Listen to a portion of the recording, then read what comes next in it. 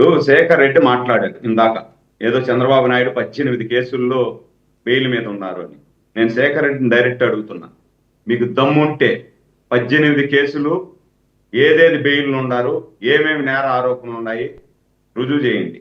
ఊరికే ఆరోపణలు చేసి గాలి మాటలు మాట్లాడేసి పోతే మాత్రం బాగుండదు చెప్తున్నా. సీరియస్ గా ఉంటుంది. గాలి మాటలు ఇంకోటి కాదండి, సిఆర్పిసి నెంబర్ తో సహా చెప్తా, సిఆర్పిసి నెంబర్ తో సహా చెప్తా, బుక్ నెలకు రాస్తా, సిఆర్పిసి నెంబర్ తో సహా చెప్తా, బుక్ నెలకు రాస్తా. బాగుండదంటే ఏం చేస్తా, బెదిరిస్తున్నాడు. బాగుండదంటే ఏం చేస్తా, బెదిరిస్తున్నాడు. ఏం చేసుకోబోయా ఏం చేసుకున్నా చేసుకోబో. నేను నిరూపిస్తా, సిఆర్పిసి నెంబర్లతో సహా నిరూపిస్తా, సిఆర్పిసి నంబర్లతో సహా నేను నిరూపిస్తా. పాలేరు స్కామ్ లో స్టే మీద కదా, పాలేరు ముప్పుల స్కామ్ లో సరే ఏలేరు ముప్పుల స్కామ్ లో ఏరా స్టే మీద ఆయన అక్రమ ఆస్తుల్లో జస్టిస్ అనురాధ గారు ఇచ్చిన స్టే మర్చిపోయారా? అనురాధ గారు 3 స్టే ఇచ్చారు మర్చిపోయావా? అరే శేఖర్ ఒక్క నిమిషం,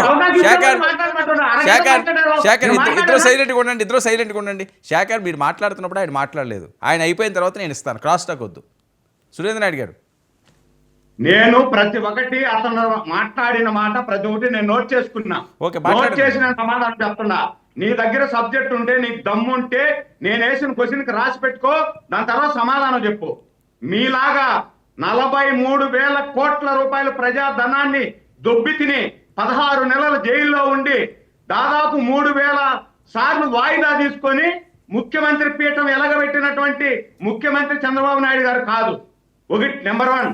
నెంబర్ 2, 53 రోజులు ఆరోపణ చేసి మీరు లోపలేస్తే ఏమీ లేదు, కనీసం ఛార్జ్ షీట్ లేదు, నోటీస్ లేదు, ఏమీ లేదు, లోపల పెట్టారు. లోపల పెట్టిన తర్వాత కనీసం 53 రోజులు పెట్టిన తర్వాత కూడా ఛార్జ్ షీట్ వేయలేనటువంటి దౌర్భాగ్యమైన స్థితిలో మీరున్నారు.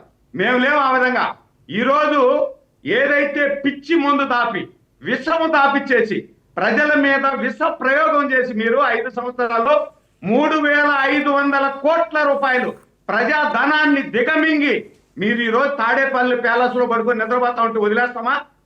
అన్ని కూడా ఇప్పుడు తాడేపల్లి ప్యాలెస్లు కాదు, ఎలంగా ప్యాలెస్ కాదు, లేదంటే పులివెందుల ప్యాలెస్ కాదు, ఎక్కడన్నా ఉన్ని టోటల్ అన్ని ఆధారాలతో ప్రకారం టోటల్ మీలాగా ఏదంటే అది మొఖాన గుడ్డేసేసి తుడుచుకోమనే రకం కాదు కూటమి ప్రభుత్వం.